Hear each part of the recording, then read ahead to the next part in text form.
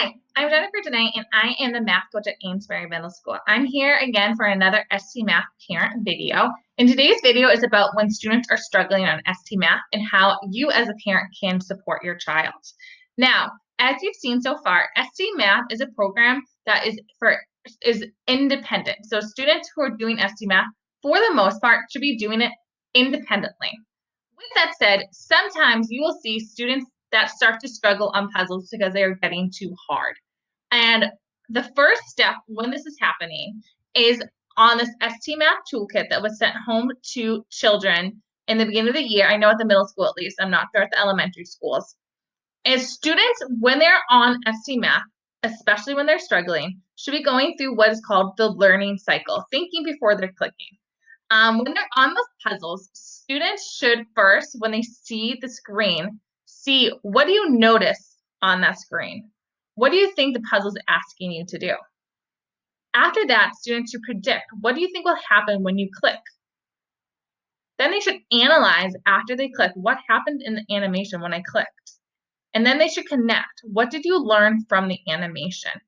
And I would expect students to be writing this down. This can, again, they could be typing this if they have two screens, or if you can print this out, the writing it on a piece of paper, what they're noticing on that screen. Now, what I should also see students when they are on a puzzle, and especially, again, when they're struggling, is I should see students who are using paper and pencil. Yes, even though it's a computer program, students should have paper and pencil and be writing things down to support their thinking. I could also see math manipulatives. Now, in the classroom, students would have math manipulatives when they're using ST Math. Obviously, our students are at home, so you're thinking to yourself, wait a second, I don't have any math manipulatives at home. What can I use? It can be as easy as just giving your students uncooked beans or uncooked pasta so that they can count with it. It depends what type of puzzle they're on and what they would need, but it could just be things around the house that would help them with their counting skills and help them with what's on the screen. Sometimes students want to take what's on the screen and put it in front of them just so they can manipulate it off that screen. So that's what students should do when they're struggling. Now you're going to say, okay, that's great, but now my child is gone through the puzzle multiple times, is now super frustrated with this puzzle. And that's when a parent wants to come in and help their child. And they're saying to themselves, I want to give my child the answer because you feel like you need to support them. And then you look at the screen and you have no idea what's going on that screen. Sometimes even teachers don't know what's going on that screen because they're still learning the program too. And I'm going to show you now what you should be doing with those students.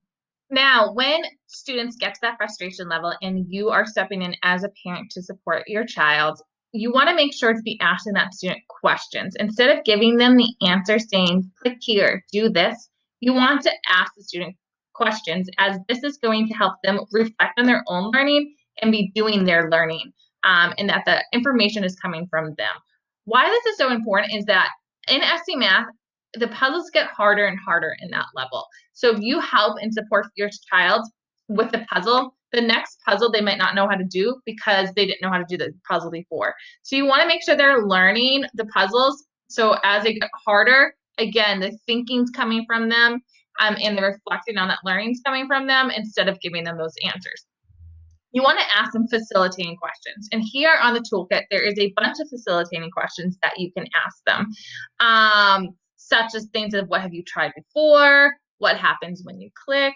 What did you try that did not work? What did you notice? So when I'm on a game and I'm looking at the child's dashboard, first off, I'm going to, as a parent, look how many dots there are. Here, this child only has 3 dots, meaning they only tried this puzzle 3 different times.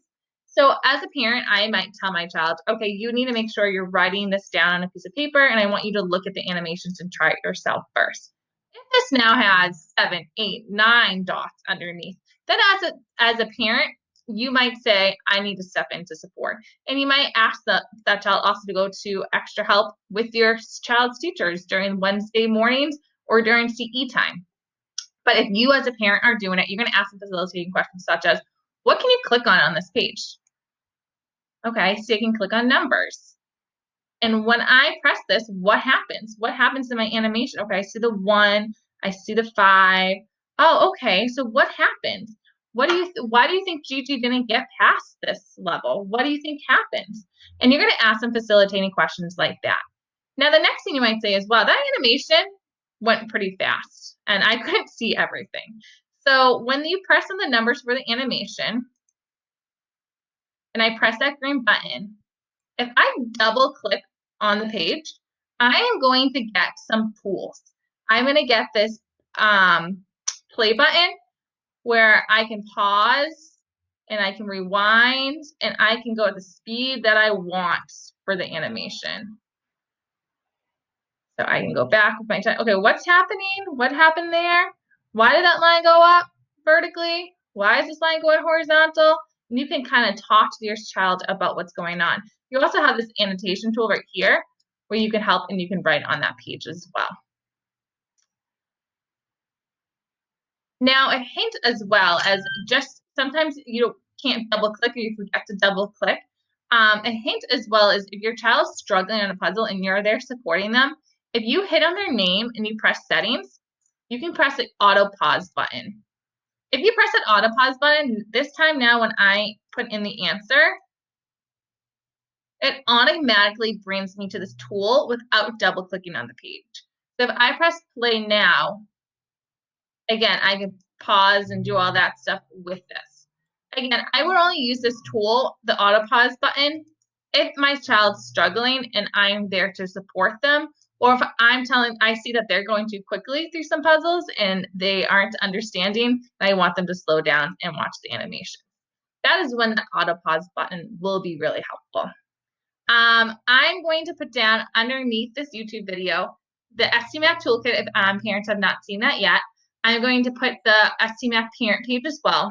And the other thing I'm going to put down is a video from STMath where an STMath representative does helps the struggling student on STMath through manipulatives and through the facilitating questions. That might be really helpful to you to see how that STMath representative helps that student get through her struggle of the puzzle. Hopefully this video is really helpful, and I will be doing more. If there's any topics on STMath that you would like me to do, please let me know. Have a great day.